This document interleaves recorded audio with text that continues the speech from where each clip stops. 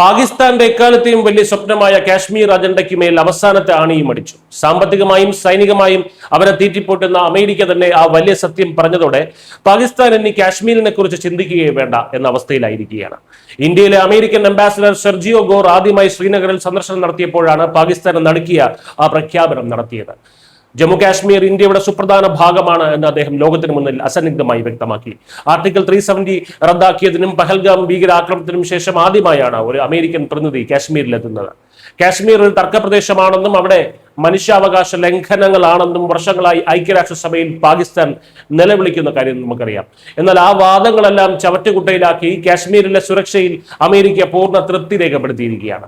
ഭീകരവാദ ഭീഷണി ചൂണ്ടിക്കാട്ടി അമേരിക്കൻ പൗരന്മാർക്ക് കാശ്മീരിലേക്ക് ഏർപ്പെടുത്തിയിട്ടുള്ള കർശന യാത്രാ വിലക്ക് നീക്കുന്ന കാര്യം ഉടൻ പരിഗണിക്കുമെന്നും അദ്ദേഹം വ്യക്തമാക്കി.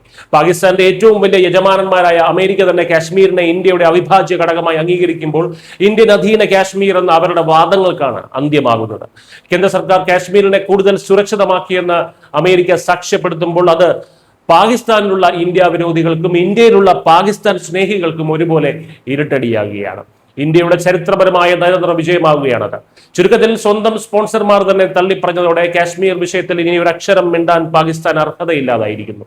കാശ്മീർ പൂർണ്ണമായും ഇന്ത്യയുടേതാണ് എന്ന അന്താരാഷ്ട്ര അംഗീകാരം കൂടിയാണെന്ന് ന്യൂസ് ഡെസ്ക്.